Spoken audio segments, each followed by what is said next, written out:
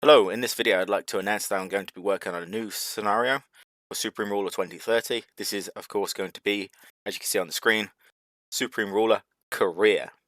So, I did actually jokingly announce this for April Fool's Day, and then I basically went, this actually sounds like a good idea, and then just started working on it. Make of that what you will. So, what this is it's going to be the 1949 map that's been ported over from SRU, with none of the events added. All the other countries not playable, so you're literally going to be able to only play North Korea and South Korea.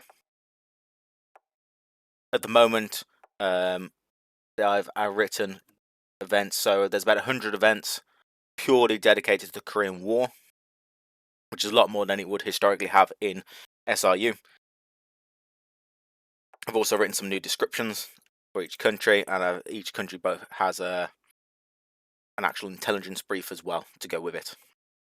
So, alongside currently I'm at 100 events, which will cover, give you game objectives for both North and South Korea. It'll also handle sort of messages of real events that happen during the Korean War, provided obviously certain things happen. Sometimes you might not get the events, other times you will, provided obviously certain conditions are fulfilled.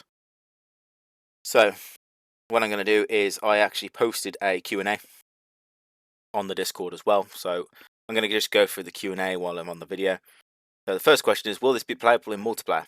And the answer is yes, up to 2 player and play together.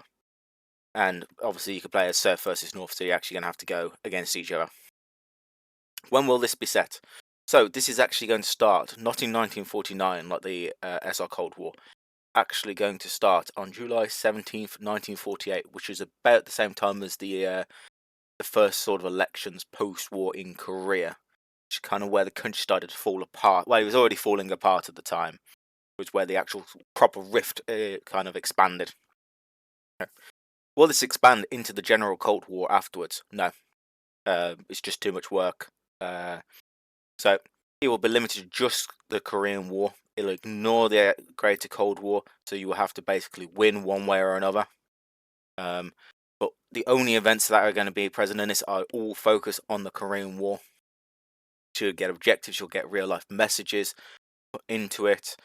So yeah, don't expect a full Cold War after this. It's literally going to be just the Korean War, but it's going to be the Korean War in a lot more detail than SR Cold War actually did.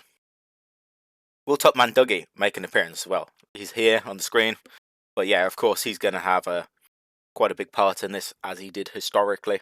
But yeah, who knows where that'll lead. So, why am I doing this? Why did I think it was? I thought it was fun to announce as a bit of a joke on April Fool's Day. But the more I thought about it, the better the idea sounded in my head. To be fair, a lot of people seem to ask for Cold War content. I don't really want to put SR Cold War. It's a lot of work to do. Take a long time. I'm hoping the Battle Goat will do it themselves if we can convince them to do it. But obviously, I'm going to put out some smaller Cold War content.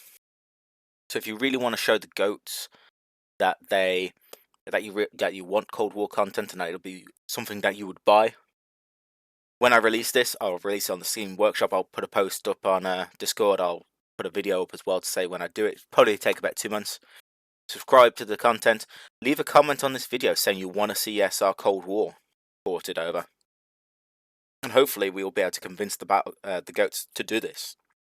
But yeah, if you want to show some support, not only to the channel but also for the Cold War content, or if you're really interested to see the Korean War go into more detail than it has previously, leave a comment on the video, leave a like, subscribe, and I'll see you in the next video.